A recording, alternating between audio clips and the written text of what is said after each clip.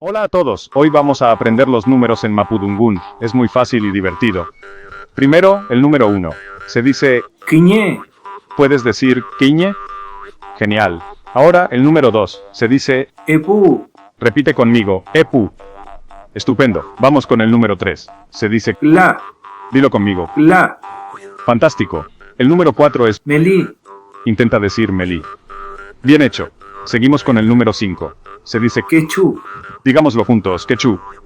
Perfecto. Ahora, el número 6. Se dice, Cayu, ¿puedes decir cayú?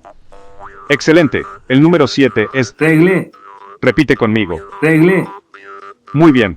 El siguiente es el número 8. Se dice, Pura, dilo conmigo. Pura, Increíble. El número 9 es, Aya, intenta decir ahí ya. Maravilloso. Finalmente, el número 10. Se dice, Mari, digámoslo juntos. Mari, Fantástico. Muy bien, aprendices de idiomas, hora de un pequeño repaso. ¿Recuerdas cómo se dice 3 en Mapudungún? Escríbelo en los comentarios. ¿Y cuál fue tu número favorito? Gracias por aprender con nosotros.